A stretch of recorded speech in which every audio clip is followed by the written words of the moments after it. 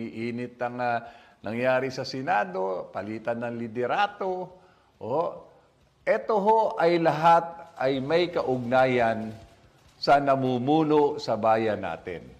Dahil kung ikaw ang namumuno sa bayan na to at may malasakit ka sa taong bayan, tandaan po natin, pag ang dalawang partido o ang mga politiko ay hindi magkakasundo, sigurado ko po ang talunan dito ang mamayang Pilipino.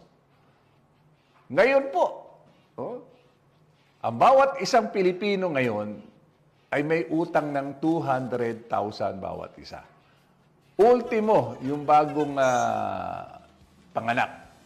Sanggol ka pa lang, pinanganganak ka pa lang, ang sumasalubong sa iyo, hindi pa kimkim, kundi yung utang mong 200,000 pesos.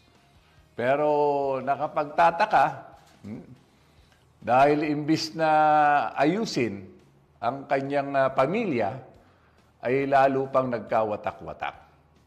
Nakakalungkot dahil tayo mismong mga kapwa Pilipino ay naglalaban-laban para sa dalawang dambuhalang pamilya o dambuhalang ikang mga politiko.